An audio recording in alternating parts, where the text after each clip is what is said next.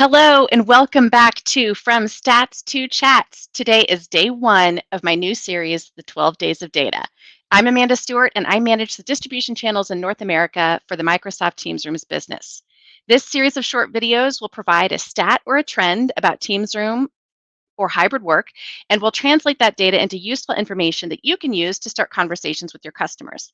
I've done the research so you don't have to. On day one, consider this. Your ability to work for a company that supports remote or hybrid work depends not just on the company you work for, but also maybe the city in which you live. In 2020, we all started working remotely, and it was hard to judge how far and wide ranging the consequences would be. Early on, you may even remember seeing stories and headlines about remote work in rural parts of the country like Idaho and Arkansas. But now people seem to be settling closer to where they started, the office. In 2021, long term policies around remote work had not yet been established, which made it easy for workers to move away from the metro areas, especially in the tech industry. In fact, tech became the industry with the largest percentage of remote jobs.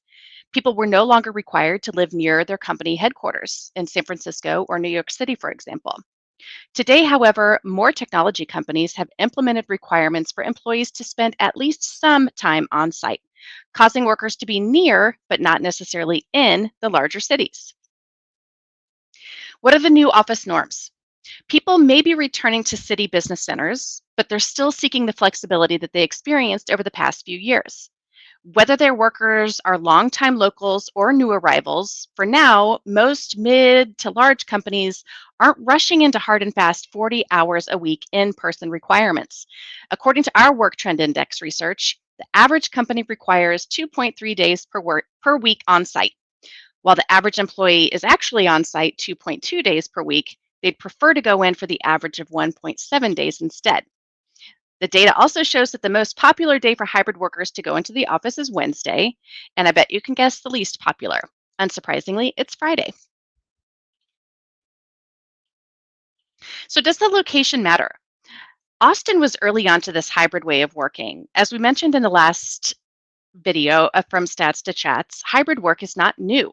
Before the pandemic, many employers in Austin already offered remote or flexible work. People were used to working from home when they wanted, and companies there didn't seem to have much trouble getting people back to the office when it was needed. Many people are moving from San Francisco to Austin, largely those in the tech industry.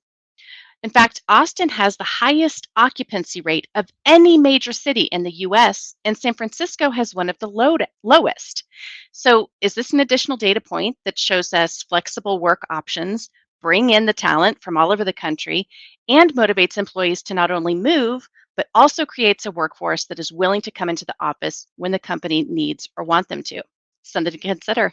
I'll see you tomorrow for day two of the 12 days of data. See you soon.